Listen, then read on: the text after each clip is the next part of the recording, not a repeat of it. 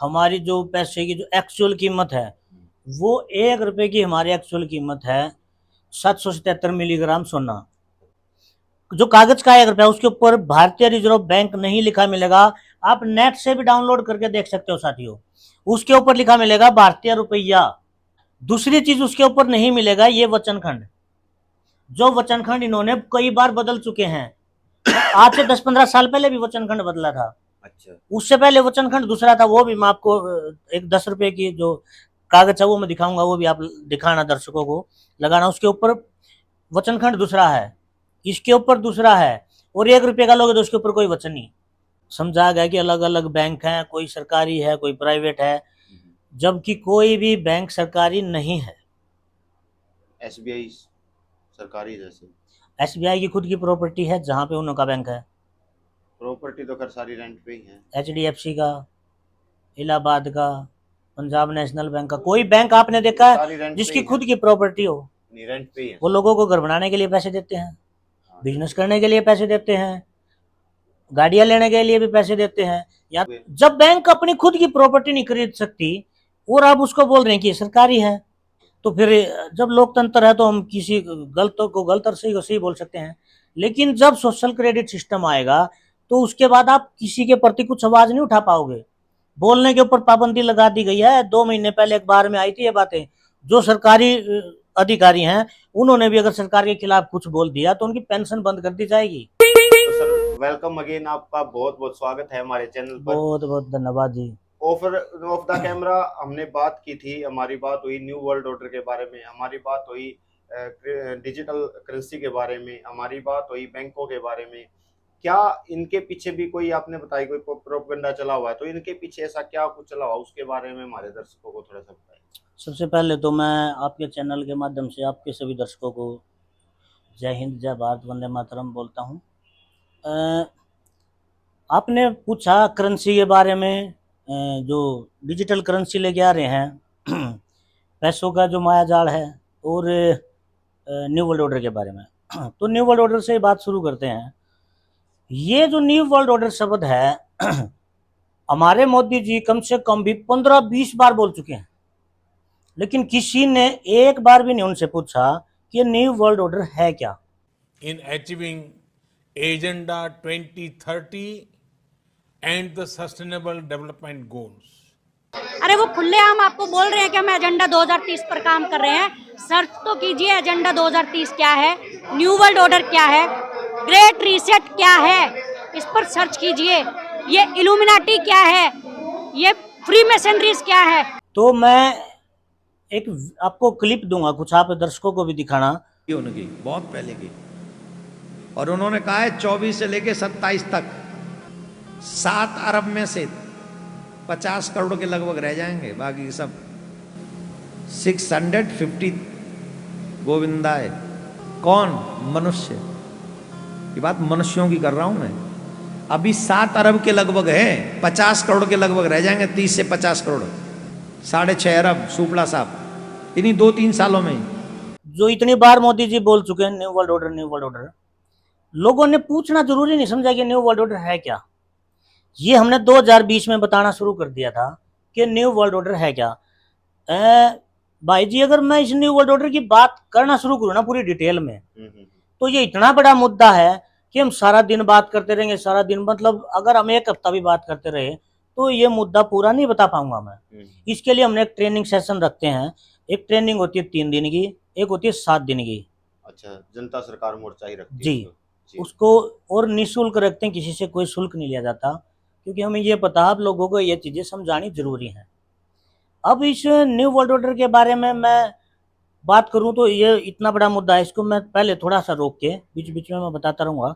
एक बार मैं इस डिजिटल करेंसी के ऊपर आता हूं और फिर ये जो पैसे का जो माया जाल है इसके ऊपर बताऊंगा। जो डिजिटल करेंसी है, डिजिटल करेंसी के हमें क्या दिखाए जा रहे हैं फायदे।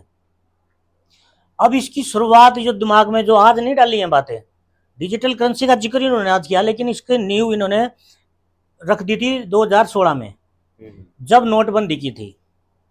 जब नोटबंदी की, क्या उससे पहले हम ऑनलाइन ट्रांजैक्शन इतनी करते थे? नहीं, उससे पहले इतनी क्या हमें इन ऐपों का पता था? ना ना उसके बाद नहीं ये पता था। शुरू हुई। इन्होंने नोटबंदी की। अब नोटबंदी में इन्होंने क्या दिखाया कि इससे भ्रष्टाचार कम होगा, आतंकवाद कम होगा, ये चीजें दिखाई। अब इनको एक बयान आया था, देखो गौर करना, 500 का जो नोट है, अब 500 के नोट मान लो 100-200 नोट लेने हैं, इतने सारे हो जाएंगे। अब इसको बंद कर दो। इसको बंद करने के बाद क्या होगा, इतने पैसे जैसे लोग जेब में डाल लेते हैं। तो इससे मतलब जब जो ये हमारी ऑनलाइन ट्रांजैक्शन है, इससे करेंगे, कैश को आम लोगों को ले जाना भी नहीं पड़ेगा, ये सुविधा हो जाएगी। गुम होने का भी खतरा है, यहाँ बैठे बैठे हम किसी को ट्रांसफर भी कर सकते हैं। मतलब हर सुविधा दिखाई गई इस तरीके की कि इससे लोगों का फायदा है। और आतंकवाद पे एक इन्होंने ये दिखाया कि 500 के नोट, छोटे नोट रखेंगे, 500 के नोट को बंद कर देते हैं, 1000 के नोट को बंद कर देते हैं। और इस नोट को बंद करने के बाद जैसे इतने नोट रखे तो छोटे नोट ज़्यादा रखने पड़ेंगे, ज़्यादा रखेंगे तो इससे लोगों को ले जाने में दिक्कत होगी, फिर वो गलत काम कर नहीं पाएगा। गलत काम बिल्कुल। अब एक बात आओ, 500 के नोट अगर 10,000 की एक गड्डी है, वो इतनी सी मोटी है, हाँ पतली सी होगी वो। अब वो 2,000 के नोट इन्होंने 500 का बंद करके, चार 1000 गुना का कम बंद हो गई। करके अब इन्होंने 2,000 का चला दिया। अब वो तो इतने से होंगे। वो 4 गुना कम हो गया उससे। अब इससे किसी को ले जाने में दिक्कत आएगी, आसानी आएगी? बिल्कुल आसानी रहेगी अब तो। ये क्या ड्रामा था। दूसरी चीज, ये चीज देखिए, इन्होंने कहा कि इस जो नोट था, जो 2,000 का नोट चला, इसके अंदर चिप है। यही बात सुधीर चौधरी ने भी बताई जी टीवी शुरुआत पे, में बिल्कुल इसके ऊपर अंजना ओम बिल्कुल। कश्यप ने भी बताई, जितने भी इनके जो पत्रकार थे इन बड़े बड़े, उन्हें यही बात बताई कि इसके अंदर एक चिप है, और जहां भी आप ज्यादा पैसे रखोगे इसको ट्रैक कर लिया जाएगा और पता चलता रहेगा कि किसके पास कितना पैसा है। यही बात सारी न्यूज ने दिखाई। अब एक बात बताओ, इनको अब क्या जरूरत पड़ी कि 2,000 नोट बंद करना पड़ा? अब इनको सब कुछ पता था। अब ये बोल रहे हैं, ये इसको भी मास्टर स्ट्रोक बोल रहे हैं कि इसको रोक दो, भ्रष्टाचार रुक जाएगा। फिर बनाया क्यों था? आप ये बात तो इन अधिकारियों से पूछिए या सरकार से पूछिए, या जो बड़े बड़े इनके जो चाटुकार मीडिया थी, जो उनसे ये बात सवाल पूछिए कि उस टाइम आप बोल रहे थे इसके अंदर चिप है, अब आप बोल रहे हो इससे भ्रष्टाचार खत्म हो जाएगा। जब चिप है तो आप वैसे पकड़ लो ना। उस टाइम तो इन्होंने दावे किए थे कि इसको जमीन के नीचे भी गड़ा देंगे तो भी पता चल जाएगा। तो अब क्या हुआ? अब दूसरी चीज क्या आई सामने, इन्होंने ये नोटबंदी कर दी, चलो ठीक है कर दी। अब सपोज करो हमारे घर में शादी है, मैं क्या कर सकता हूँ, मैं कहता हूँ भाई जी मेरे को 10 दिन 5 दिन 20 दिन के लिए पैसे चाहिए, और मैं आपसे कैश उठा सकता हूँ, ले सकता हूँ, और मैं मेरे घर का यानी कि जो काम है या कोई मजबूरी है वो रुकेगी नहीं, मैं काम चला सकता हूँ। अब सपोज करो डिजिटल करेंसी आई। अब डिजिटल करेंसी आई, आपके पास एक लिमिट बना दी जाएगी। वो लिमिट क्यों बनाई जाएगी, मैं पहले ये बता देता हूँ। 2014 से चाइना के अंदर सोशल क्रेडिट सिस्टम शुरू है, 2014 से। अब ये सोशल क्रेडिट सिस्टम क्या है? सोशल क्रेडिट सिस्टम का मतलब है जैसे बैंकों में जो लेन देन करते हैं, अब जितना ज्यादा करते रहोगे करते रहोगे करते रहोगे, एक स्कोर उसका अप होता रहेगा, सिविल स्कोर बढ़ता है उससे। सिविल स्कोर बढ़ेगा। अब आप वीडियो गेम को ले लो, बच्चे गेम खेलते हैं, उसमें क्या होता है, स्कोर मिलता रहेगा, टास्क पूरा होता रहेगा, वो लेवल अगले लेवल पे जाता रहेगा। अब ये चाइना के अंदर है। अब डिजिटल करेंसी का ये है, अब हम मान लो कोई आदमी गलत कर रहा, हम उसके खिलाफ बोल सकते हैं, लोकतांत्रिक देश है। लोकतंत्र है देश में बिल्कुल। तो फिर जब लोकतंत्र है तो हम किसी गलत को गलत और सही को सही बोल सकते हैं। लेकिन जब सोशल क्रेडिट सिस्टम आएगा तो उसके बाद आप किसी के प्रति कुछ आवाज नहीं उठा पाओगे, बोलने के ऊपर पाबंदी लगा दी गई है। 2 महीने पहले अखबार में आई थी ये बातें। जो सरकारी अधिकारी हैं उन्होंने भी अगर सरकार के खिलाफ कुछ बोल दिया तो उनकी पेंशन बंद कर दी जाएगी। अच्छा जी, ऐसा भी हो सकता ये है? अखबार में देखा होगा आपने। तो ये सारी चीजें हुई हैं। अच्छा जी। तो ये चीजें लोगों को रोकने के लिए है। अब डिजिटल करेंसी आपके पास क्या हुआ, सबसे पहले इस चीज को समझिए, डिजिटल करेंसी क्या है। अब फोन पे गूगल पे को समझते हैं। सबसे पहले आपने क्या किया, बैंक में मान लो आपने लाख रुपए जमा कराए, क्या आप उस लाख रुपए को कभी निकलवाते हो? मान लो कभी बाई चांस ऐसा कुछ होता है तो आप निकलवाते हो, नहीं तो आपको अगर 5,000 की जरूरत है तो 5,000 निकलवाओगे, 1,000 की जरूरत है तो आप एटीएम से 1,000 ही निकालोगे। तो रेडी वाले, और मैं तो ये देखा है लास्ट टाइम 8-10 दिन पहले, वो जो शनिवार के दिन वो मांगते हैं, उसने बाल्टी के ऊपर क्यूआर कोड लगा रखा है। वो मैं बताऊंगा उसके हाँ। कारण भी। अब आप कैश जमा करा दिए 1 लाख रुपए, आपने जरूरत है 5,000 की, आपने 5,000 निकलवा दिए, यानी 95,000 अभी भी बैंक में है। अब बैंक क्या करता है उन पैसों को, उन पैसों को भी ब्याज पे देगा, उन पैसों का भी ब्याज लेगा। अब आपके पास क्या, आपके फोन में एक डिजिट नंबर है। अब आप मान लो कैश में मैंने आपको 10,000 रुपए दे दिए, अब आपने किसी को देने हैं, उसमें कोई ट्रांजैक्शन तो नहीं हुई, उसको कोई ब्याज तो नहीं लगा, कोई खाते में भी नहीं चढ़ा, लेकिन आपके पैसे वहां बैंक में हैं, आपने डिजिट नंबर मेरे को दिया, मैंने भाई को दे दिया, भाई ने किसी और को दे दिया। इसको साधारण भाषा में समझे तो मेरे मोबाइल में से नंबर घट गए, आपके में बढ़ गए, और आपके में से घटे किसी और के बढ़ गए, नंबर घट बढ़ रहे हैं, पैसा उतना घट बढ़ रहे हैं। देखो पैसा मैंने बैंक ने ब्याज पे दे दिया, आपके पास तो एक पैसा भी नहीं है, मैंने 10,000 दिए, आपने किसी और को दे दिया, आपके ना पास तो मेरे चोरी पास नहीं आई। दिए, ना मैंने आपको दिए। लेकिन ये देखिए ना, ट्रांजेक्शन में आपने 20,000 की ट्रांजेक्शन दिखा दी सरकार ने, बैंक वालों ने खाते में दिखा दी, 20,000 की ट्रांजेक्शन कर दी, जबकि उसमें से आपको चोरनी भी नहीं थी। हो सकता है इस भाई ने कहा मुझे ऑनलाइन की जरूरत है, मैं कैश दे दूंगा, तो अब क्या हुआ, ये ट्रांजेक्शन काम खाई की थी, इसके ऊपर भी टैक्स लगता है। आप दूसरे एटीएम में यूज करके देखिए, या लिमिट है इसकी 4, 5, 10 लिमिट है, आप 1,50,000 की लिमिट, उस पे भी पैसे का चार्ज दोगे आप। तो मतलब हम अपने ही पैसे का ये सैकड़ों बार ब्याज देते हैं। नहीं, इससे कहीं ना कहीं सुविधा तो हुई है, जैसे हमारे को कहीं बाहर पैसे भेजने हैं, उसमें काफी सुविधा तो हुई है, सुविधा हुई है। फोन पे में। सुविधा हुई है। अब ये सुविधा की जरूरत हमें क्यों पड़ी, इस सुविधा, अब सुविधा यहाँ तक है कि हम आप आपस में ले दे रहे हैं। अब मैंने बताया था जो सोशल क्रेडिट सिस्टम आएगा, उसमें आपको एक लिमिट दे दी जाएगी। न्यू वर्ल्ड ऑर्डर का जो कहना है वो है कि आने वाले समय में 2030 तक आपके पास कुछ भी नहीं होगा और आप खुश रहेंगे। मतलब वही बता रहा हूं। अब एक लिमिट बना दी जाएगी, मान लो आपको सरकार बताएगी कि आप 10,000 में, 5,000 में या 20,000 में आप काम चला सकते हो महीने में, एक लिमिट बना दी। उसके बाद आपने अगर कभी गलती से भी सरकार के खिलाफ कुछ बोल दिया तो आपका स्कोर घटा के वो 10,000 कर देंगे 20 की जगह। मेरा 20,000 में काम चलता था, वो चलाना पड़ेगा। अब आप पहली बात तो अगर आपकी एक लिमिट 20,000 की है और आपको घर चलाने की आदत 20,000 में, आप 10 में नहीं चला सकते। दूसरी चीज, अगर मैं आपका छोटा भाई हूं और मुझे जरूरत है पैसे की, तो आप अपने काम नहीं चला पा रहे तो मुझे कैसे दोगे। अब ये सुविधा किस तरफ जा रही है, अब तक तो देखने में ऐसा लग रहा है ना कि सुविधा आपने बताई, सुविधा है इसकी, उस टाइम क्या होगा, उस टाइम पे तो बड़ी दिक्कत आएगी फिर। अभी एक चीज और बोल रही है कि ये ऑफलाइन काम करेगा। इसका मतलब तो हम गुलाम हो गए दोबारा। जी बिल्कुल, सारी साजिशें अगर वही हम है, अपने ही पैसे को नहीं इस्तेमाल कर सकते तो नहीं काम कर करें। सकते। अब ये जो सीबीडीसी का जो सारा फंडा है, ये सारा इसी के लिए है, सोशल क्रेडिट सिस्टम। अब इसमें दो चीजें देखिए आप, ये जो डिजिटल करेंसी है अभी 55 देशों में लागू हो चुकी है। सारी जगह एक साथ क्यों लेके आ रहे हैं डिजिटल करेंसी। मैं बैंकिंग की बात करूं, पूरे वर्ल्ड के अंदर हमने ये खुलासा कर रहे हैं अभी, पूरे लोगों को कर्ज मुक्त जो पैसे की बात थी, पूरे वर्ल्ड को हम ये बताने की कोशिश कर रहे हैं कि पूरे वर्ल्ड के अंदर एक आदमी का पैसा पूरे सारे बैंकों में, जिसको आप HDFC बैंक बोलते हैं, जिसको कैनरा बैंक बोलते हैं, यूनियन बैंक बोलते हैं, या कोई भी, सभी बैंकों के अंदर एक आदमी का पैसा है। अब आप बोलेगे ये चीज संभव नहीं है, पॉसिबल ही नहीं है सर। मैं बताता हूँ, ये पॉसिबल नहीं है क्योंकि आम आदमी को इस तरीके से बताया गया है, समझाया गया कि अलग अलग बैंक हैं, कोई सरकारी है कोई प्राइवेट है, जबकि कोई भी बैंक सरकारी नहीं है।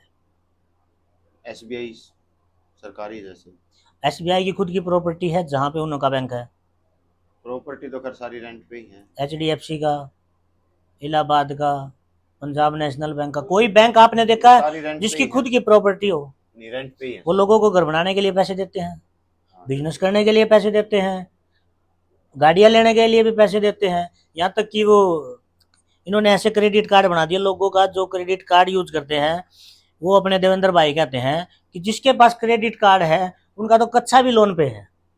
हाँ, क्रेडिट कार्ड है तो मतलब आप कुछ भी खरीदोगे। जब बैंक अपनी खुद की प्रॉपर्टी नहीं खरीद सकती और आप उसको बोल रहे हैं कि ये सरकारी है। अब दूसरी चीज पैसे की, मैं एक बड़ा खुलासा करने वाला हूं जो काफी दिन से हम कर रहे हैं, और लोगों को जो कर्ज मुक्ति की जो एक हमने अदायगी का जो एक चलन में लेके आएंगे, लोगों को बता रहे हैं कि किस तरीके से हमने, अब देखो हमने क्या किया है, बहुत से अब वीडियोज आपने भी देखे होंगे, जनता सरकार मोर्चा ने, जैसे जुलाना के अंदर की मैं बात करूं, जुलाना के अंदर पोजीशन लेने के लिए बैंक वाले आते हैं, नोटिस भेज देते हैं कि उस दिन हम पोजीशन लेने के लिए आएंगे, तहसीलदार आएगा, प्रशासन को लेके आएंगे और यहाँ पे हम ताला लगा देंगे। हाँ, घर को बंद कर दें। जिस दिन वो वहां पे बैंक वालों ने टाइम दिया उसी दिन हम भी पहुंच जाते हैं। पूरा जनता सरकार मोर्चा वहां जाता है और हमारे जाते ही बैंक वाले क्या कहते हैं कि हम तो भाईचारे में मिलने के लिए आए। क्यों, मामा का छोरा था यो बंदा? अब ये चीज देखो, पलवल की मैं बात करूं, पलवल की भी मेरे चैनल पे भी वीडियो पड़ी है। पलवल में बैंक वालों ने घर से पूरा सामान लाद लिया 2 गाड़ियों में, वो सामान हमने गाड़ियों में रखवाया। अब कैसे रखवाया, हम बैंक से कुछ सवाल पूछते हैं, वो मैं कागज दे दूंगा आपको, कुछ सवाल पूछते हैं, आज तक वो बैंक उनका जवाब नहीं दे पाया। क्यों नहीं दे पाया? क्योंकि ये जो बैंक है इसके अंदर जो करेंसी है ये सारा करेंसी का खेल है फर्जी। बोले तो जितने नोट हैं जी, फर्जी हैं, सारे के सारे फर्जी। मेरे पास जो मेरी जेब में पैसे हैं आप निकालिए कोई भी असली नोट, नहीं है ये। आप निकालिए, मैं भी दिखा देता हूँ। ये मेरे पास पैसे हैं, जैसे आप कोई भी नोट दे दीजिए, जैसे 5, 500 का 10, नोट 20, कोई भी नोट दे दीजिए। आपने कभी से इस पे ये चीज लिखी देखी होगी, मैं धारक को 500 रुपए देने का वचन अदा करता हूँ। हाँ, ये लिखी हिंदी इंग्लिश में लिखी हुई है। अब ये आप एक चीज देखिए, इसके ऊपर वचन लिख दिया गया। हम्म, मान लो मैंने देने आपको 500 रुपए ठीक है, और मैंने आपको दे दिए, मैं वचन दूंगा आपको। आपने देने से दे दिया, वचन क्या रहेगा? मैं वचन कब दूंगा? जब मेरे पास आज देने के लिए नहीं है, मैं या तो बदले में कुछ सामान दूंगा या फिर मैं एक प्रोमिस कर सकता हूँ भाईचारे में, भाई मैं उस दिन दे दूंगा। अब बैंक ने ये चीज लिखी है कि मैं धारक को 500 रुपए देने का वचन अदा करता हूँ। वचन कब दिया है? जब ये आपको एक कागज दिया, पहले तो नहीं दिया कहीं ना था। कहीं किसको 500 रुपया प्रमाण मान सकते हैं। हाँ, ये मैं प्रमाण है, इसकी गारंटी के लिए गवर्नर ने साइन किया हुआ इस पे। आपको 500 रुपया मालिक है तुम? नहीं, 500 रुपए दे दिए जाएंगे। वो 500 रुपए कौन से? ये 500 रुपए हैं तो वे 500 कौन से जिसने गवर्नर ने साइन किया कि हम देने का वचन अदा करते हैं, बैंक ने दावा किया। अब आप बैंक में जाइए, इसको आप दे दीजिए और बैंक वालों को बोले भाई मुझे मेरे 500 रुपए दे दो। बैंक वाले कहेंगे आपके पास 500 रुपए तो हैं, क्या मांग रहे हो? उससे पूछो ये जो आपने वचन दिया है फिर ये किस लिए दिया? अगर आपने 500 रुपए दे दिए तो वचन देने की क्या जरूरत है? दूसरी चीज जो है, इसके ऊपर आपने देखा होगा, इसके ऊपर लिखा हुआ भारतीय रिजर्व बैंक ऑफ इंडिया। अब ये जो रिजर्व बैंक इंडिया है, मैं आपको एक कागज का, एक रुपया है आपके पास कागज का? 1 रुपया तो नहीं है तो मैं आपको मैं फोटो दूंगा, वीडियो में लगाना उसको। उसके ऊपर आप कहीं भी देखना, जो कागज का 1 रुपया उसके ऊपर भारतीय रिजर्व बैंक नहीं लिखा मिलेगा। आप नेट से भी डाउनलोड करके देख सकते हो साथियों, उसके ऊपर लिखा मिलेगा भारतीय रुपया, भारतीय पैसा, रुपया। हाँ, दूसरी चीज उसके ऊपर नहीं मिलेगा ये वचनखंड, जो वचनखंड इन्होंने कई बार बदल चुके हैं। आज से 10-15 साल पहले भी वचनखंड बदला था, उससे पहले वचनखंड दूसरा था। वो भी मैं आपको एक 10 रुपए की जो कागज है वो मैं दिखाऊंगा, वो भी आप दिखाना दर्शकों को, लगाना। उसके ऊपर वचनखंड दूसरा है, इसके ऊपर दूसरा है, और 1 रुपये का लोगे तो उसके ऊपर कोई वचन नहीं। यू है कि फिर यू ये बस यू नो है कि मेरा तो 500 रुपए का एक होगा, ये प्रोमिस कार्ड। मैं प्रोमिस कार्ड है, प्रोमिस कार्ड ने कहाँ पे जाकर कैश करूँ? कहाँ लोगे आप? जब तक आपको इसके बारे में पूरी डिटेल नहीं बता दी जाएगी तो ये एक कागज है, आपके लिए पैसा है, क्योंकि एक चलन में लेके आए। अब एक बात देखो, 2016 की बात करते हैं, मोदी जी टीवी पे आते हैं और वो बोलते हैं आज रात 8 बजे के बाद ये पैसा नहीं चलेगा। उसके लिए उन्होंने कोई कानून पास किया? कहीं पे कोई साइन किया? कुछ नहीं किया। एक तो होगा, एक तो क्या कैसे हो नहीं, सकता है? वो एकदम ऐसे बोल दिया और हो गया, बोलते ही हो गया। अब उसके बोलते ही ये चीजें हो सकती हैं तो फिर इसके लिए कोई कानून ही नहीं है इसका मतलब तो। अब दूसरी चीज देखिए आप, मैं लोगों से, जैसे हमने कई लोगों से पूछा जो काफी जिसको पढ़े लिखे मूर्ख कहते हैं, वो बोलते हैं ये भारतीय रिजर्व बैंक भारत का है। आप क्या मानते हैं? नहीं, आपने मूर्ख कह दिया तो मैं नहीं मानूंगा, नहीं तो मैं भी रहा था। देखो मैं इसको एक क्लियर बात करूंगा, समझने की बात है, उस तरीके से बात करते हैं जिस तरीके से सभी समझ सके। ये भारत का है रिजर्व बैंक, इस पैसे को छापने वाला कौन है? Reserve bank of India. अब ये भारत का, तो भारत कितने भी पैसे छाप सकती है। हाँ, ये सवाल है, अगर मेरी मशीन है और मेरे को उसकी अथॉरिटी है तो मैं कितने भी छाप। कितने भी छाप सकते हो आप। अब आप कितने भी छाप सकते हो, तो लोगों से ये पूछो कि भारत के ऊपर कर्ज किसका है, जो ये बोलते हैं वर्ल्ड बैंक का है। वर्ल्ड बैंक का है। तो फिर ये रिजर्व बैंक क्या कर रहा है? रिजर्व बैंक, वर्ल्ड बैंक इसको बना रहा है, ये भारतीय रिजर्व बैंक बना रहा है। और भारतीय रिजर्व बैंक अगर भारत का है तो फिर हमें वर्ल्ड बैंक से कर्जा क्यों लेना पड़ रहा है? और वर्ल्ड बैंक से कर्जा लेना पड़ जाए अगर करेंसी उसकी है, तो फिर भारतीय रिजर्व बैंक भी भारत का कैसे हो सकता है? तो कहीं ना कहीं भारतीय रिजर्व बैंक उसके अंडर में कुछ होगा। ये एक ब्रांच खोल दी जाती है कहीं भी, वो एक अलग बात है। आप किसी से कोई अथॉरिटी ले सकते हो किसी सामान की, लेकिन वो आप उसके मालिक नहीं हो। मालिक वो होता है जिसकी वो चीज है। अब वर्ल्ड बैंक कर्जा लेता है, एक तरफ बोलते हैं भारतीय रिजर्व बैंक भारत का है, भारत सरकार पैसे छापती है, और भारत सरकार खुद भी पैसे छापती है और वर्ल्ड बैंक से भी कर्जा लेती है। दूसरी चीज लोग ये नहीं पूछते, अगर चलो वर्ल्ड बैंक से कर्जा लेती है तो वर्ल्ड बैंक को बदले में क्या देती है? देखो, मैं आपसे कुछ लूंगा, आप कुछ, मैं पैसे ले रहा हूं, तो एक चीज ये किसी ने सवाल नहीं पूछा भारत सरकार से, क्या बदले में क्या देते हो? ये वो जो देते हैं वो है सोना, और ये है हमारी असली करेंसी। अब एक चीज देखो, हमारे पास जो पहले जो मुद्रा होती थी वो थी सोने की। सोने की। इन्होंने धीरे धीरे क्या किया, उसके अंदर चांदी मिक्स कर दिया। फिर धीरे धीरे क्या किया, आधा सोना आधा चांदी, ये करते करते ये टोटल चांदी पे ले आए। अब चांदी से फिर ये बदल बदल के एक दौर ऐसा आया कि सिल्वर, लोहा, कागज, कागज। यहाँ पे आ गए। अब जो ये हमारा जो सोने का जो सिक्का होता था, वो सिक्का कहाँ है, उसका कानून कहाँ है, वो बदला गया। और वो बदला गया तो कब बदला गया? अब मान लो आप अभी कुछ घरों में मिल जाएगा बड़ों के पास जो सोने का जो सिक्का होता था। हाँ। आप एक काम करना, सोने के 1 रुपये सिक्के को आप लेना, एक चांदी के सिक्के को लेना, एक लोहे के सिक्के को लेना, एक कागज के रुपए को लेना, और आप बैंक में जाना। आप बैंक वालों से पूछना, भाई साहब इसके बदले में आप क्या दोगे? मैंने बताया, एक सोने का, एक चांदी का, एक लोहे का, एक कागज का, 4 सिक्के आपने लिए। अब 4 सिक्के आपने लिए तो बैंक आपको बोलेगा कि ये 4 रुपए ही हैं और बदले में आप 4 रुपए ले लो, यही बोलेगा। अब उस सोने के एक सिक्के को आप बैंक में दे दो, क्या आपको लगता है कल आप वापस लेने जाओगे तो सरकार उसको दे देगी? देगी नहीं देगी ना।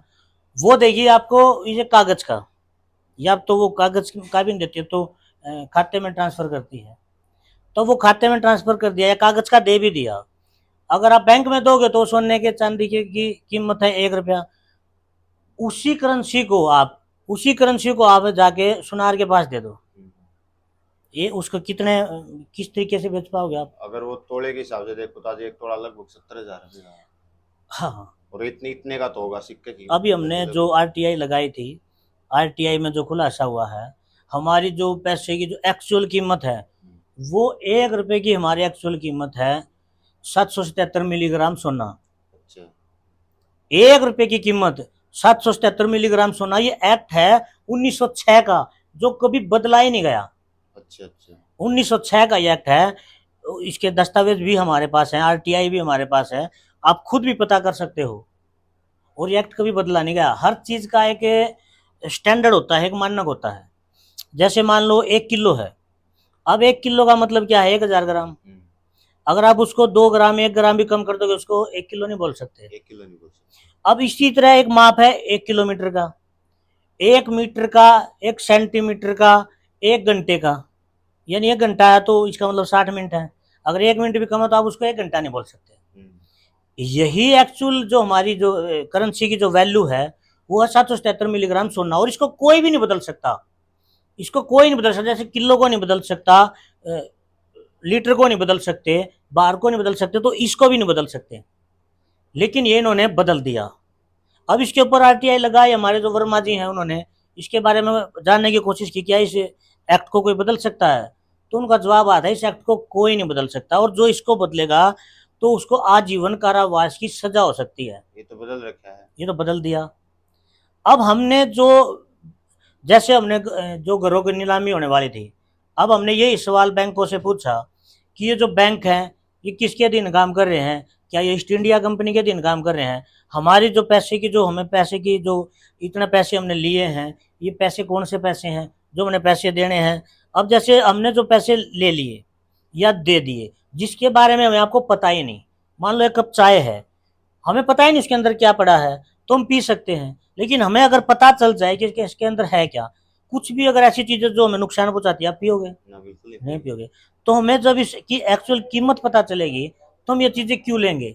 सही बात। जो हमने लोगों के जो ये जिनके घर नीलाम होने वाले थे जो रुकवाए, उनमें यही चीजें हमने बैंक से जब सवाल पूछे कि ये बैंक सारे प्राइवेट हैं, ईस्ट इंडिया कंपनी के, ये जो ईस्ट इंडिया कंपनी ही है ये सारे बैंक। ईस्ट इंडिया कंपनी है मतलब समझे थोड़े। अब ये जो रिजर्व बैंक ऑफ इंडिया है, ये reserve bank of India bank of England के अधीन काम करता है। अच्छा, आप जानकारी लीजिए, मैं जितनी बात बताऊंगा वो बताऊंगा जिसकी आप खुद सर्च करके इसका कोई देखना। प्रमाण है? जी, यही प्रमाण तो हम बैंक वाले से पूछते हैं ना, बैंक वाले जवाब नहीं देते। अब आप एक चीज देखिए, मान लो बैंक से हमने पैसे ले लिए और हम उनको पैसे नहीं देंगे, क्या बैंक के पास प्रशासन की सपोर्ट नहीं है? है। क्या सरकार की सपोर्ट नहीं है? बिल्कुल है। क्या उनके पास अच्छे वकील नहीं है? है। तो ऐसा क्या हो गया जो हम कागज लगाते हैं कोई बैंक वाला नहीं आता वहां? ये जो सवाल हम बैंक से पूछते हैं, बैंक इसका जवाब नहीं दे पाया। इसलिए मैंने बताया था, जो भारतीय रिजर्व बैंक हो, बैंक ऑफ इंग्लैंड के अधीन काम करता है। अब जो बैंक ऑफ इंग्लैंड है वो इजराइल का है। अब वो इजराइल वही है जिसकी ईस्ट इंडिया कंपनी भारत में आई थी, और भारत के लोगों को 200 साल बाद ये पता चला था कि हम गुलाम हो चुके हैं। अच्छा जी। 200 साल बाद तो ये पता चला था कि हम गुलाम हो चुके हैं। अब ये चीज देखिए आप, जब वे चीजें इस चीज को चला रहे हैं, तो ये जो कुटकन भी पैसे के साथ किया गया है इतना, ये जो वचनखंड भी बदले गए हैं, तो इस चीज का जवाब वो दे नहीं रहे। मेरे ख्याल से हमारी जो बात हुई थी 500 के नोट पे, जी, वो मेरे को 500 के बदले में वो मिलीग्राम सोना, वो स्वर्ण मुद्राएं जो है वो मिलनी चाहिए। अब आप देखिए, 1 रुपए की कीमत अगर 777 मिलीग्राम सोना है, और 777 मिलीग्राम सोना तो तकरीबन ज्यादा नहीं तो 4,500 है 1 रुपए कीमत। अब 500 को 4,500 से गुणा करके देख लीजिए, तो आप कितने पैसे लेनदार हैं। देखिए, ये बात को एक सिंपल तरीके से समझते हैं आप। इतनी हो सकता है कुछ लोगों को इतनी बातें हजम ना हो, लेकिन हजम हो सकती है अगर वो रिसर्च करेगा, तो वो एक अलग बात है। अब मैं वहां से बात उठाता हूं जहां से हम पता कर सकते हैं सिर्फ बातों से। आप 1947 में आइए, क्या रुपए और डॉलर की कीमत सेम नहीं थी? बिल्कुल बराबर थी। बराबर थी। बल्कि रुपए की कीमत कहीं ना कहीं ज्यादा थी। वो अगर 47 से पहले की बात करें तो रुपए की कीमत ज्यादा थी, डॉलर की कम थी। अब रुपए की कीमत इतनी डाउन आ चुकी है, डॉलर की ऊपर जा चुकी 70 है। गुना ज्यादा, 75 गुना ज्यादा। अब एक तरफ तो ये बोलते हैं कि महंगाई आई, देश तरक्की कर रहा है और पैसे की कीमत ये गिराई जा रही है। अगर ये असली पैसा है और महंगाई भी आ रही है, तो कीमत पैसे की बढ़नी चाहिए, घटनी चाहिए? बढ़नी चाहिए। तो फिर घट कैसे रही है? मतलब सोचने वाली बात है, हम सोच ही नहीं रहे हैं बात। पैसे की कीमत तो बढ़नी चाहिए थी, लेकिन पैसे की कीमत डाउन आ रही है। अब कुछ जो पढ़े लिखे मूर्ख हैं वो बोलते हैं वहां पे, जैसे लोग बोलते हैं विदेशों में इसलिए जा रहे हैं, यहाँ के 80 रुपए, वहां $1। अब मैं बोलता हूँ यहाँ का जो 1 रुपया भी जिसको आप बोल रहे हो वो 4,500 के बराबर है, तो डॉलर की क्या औकात है? सही बात है। तो भारत तो विश्व गुरु था, है और रहेगा। बस इन लोगों को एक उलझा दिया गया है हर चीज के अंदर, पैसे के अंदर, कानून के अंदर। यहाँ का सारा सिस्टम फर्जी है। यहाँ का जो ये तो पूरे विश्व लेवल की थी, बीमारी के नाम पे सारा ड्रामा गया, ये सारी फर्जी है। बैंकों में पैसा फर्जी है। ये बैंक सरकारी एक भी बैंक नहीं है, सरकार किसी बैंक के पास खुद की प्रॉपर्टी नहीं है। मतलब कुछ भी चीज पता करोगे, ये कोर्ट में जो कानून है, ये कानून हमारे नहीं है।